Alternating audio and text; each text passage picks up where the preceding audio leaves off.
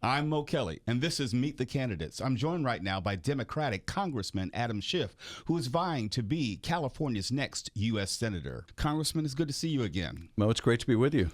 I think of this landscape, this California landscape and beyond. You're not just a candidate, you're also a surrogate for candidates, Democratic candidates, both in the state and out of the state. How does that impact what you do? Well, I have tried throughout the course of my Senate campaign to pay particular attention to those parts of California where there are also competitive House races. A lot of people think that because California is such a blue state in presidential years, we don't really matter. But in one respect, we matter a great deal, and that is there are more competitive House races in California than any other state, 6 or 7 of them, and California will be decisive in determining which party controls the House of Representatives. So I've been pretty much hopscotching each of those competitive House districts. California has always been, I'll say, a big deal. It's big on the national scene for reasons that you've expressed and other reasons. But you know California, I think, better than most. You have served, you were in the state Senate, I think, back in 1996. You became a member of the House in 2001. How has California, the state, changed in the intervening years? It has really developed in so many ways. We have seen this incredible explosion of the tech sector in California. One innovation after another. You know, originally it was innovations like social media and streaming technologies. Now it's with artificial intelligence. But we've always been a tech leader, and that has just grown and proliferated. But we've also been an entertainment industry leader, and that continues. It is under great challenge and stress right now. Okay. Sadly, we have seen part of that industry leave for other states or other countries. Mm-hmm. We can't be complacent about it at all. We have to continue to make California hospitable for the industry if we want to keep that industry here.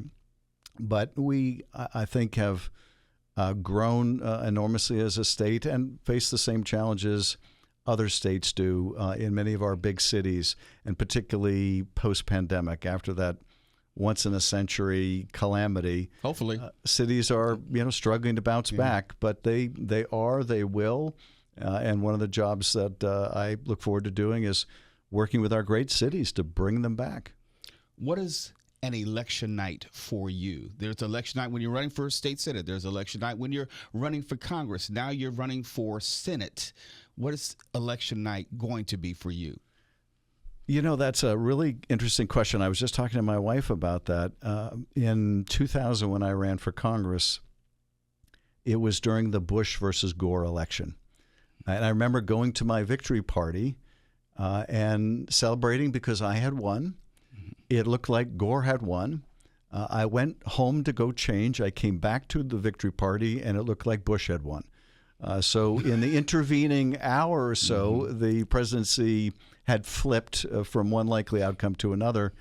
And it was kind of a schizophrenic evening in that I was ecstatic. I'd beaten a Republican incumbent for the House. I was going to be a new member of Congress. That was very exciting. On the other hand, my candidate for president had lost, and we were headed to kind of an uncertain place as a country. And I wonder what this election night is going to look like. I'm optimistic about my race. I don't take it for granted at all. I'm campaigning harder than my opponent have from the very beginning. But the top of the ticket is going to be very close, and no one is going to be able to tell you before election night who's going to win that race. And so will it be, for me, an occasion where it's sort of an unmitigated celebration, or will it be a very mixed outcome and raise, again, profound questions about where we're headed as a country? Let me ask you this as a Stanford man. What do you think of the Pac-12 as we now see it and now know it? It's a shell of itself. I look at USC and UCLA playing in the Big Ten. It doesn't quite feel the same. What about you? It doesn't feel the same. And I'm sure there were a lot of drivers of this change in college football. I don't know what's left here. So, it's interesting to watch Stanford play these teams they haven't played before. But it's kind of sad, too. I kind of grew up with the Pac-10, and we've come a long way since then. Let me leave you also with this. You're a budding screenwriter. If you had the autonomy and you had the money, the budget, what would be your screenplay or the movie that you put together right about now? Well, I would love to write a spy thriller. I think that would be a lot of fun. But it's funny you mentioned the screenwriting. A few years ago, the LA Times did a profile of me, and they framed it by saying, at one point he wrote screenplays, and then if he wrote they ended the article by saying if he wrote a screenplay about what he's witnessed in the last several years, it would be more improbable than fiction.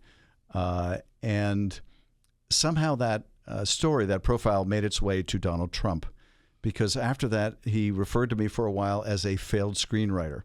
And the first time he did, I remember telling my staff, he doesn't realize what a great favor he's doing me.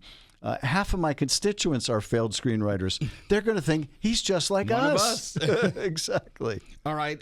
Last question. If you had your druthers, big picture, do you want them to say one day, and I know this is an unfair and impolitic question, former president Adam Schiff or Supreme Court Justice? Oh, jeez. I would be thrilled if they said a senator who served his state very well. I would be delighted with that. Good answer. You're good at this. You know something a little about this. I'm Mo Kelly, and this is Meet the Candidates.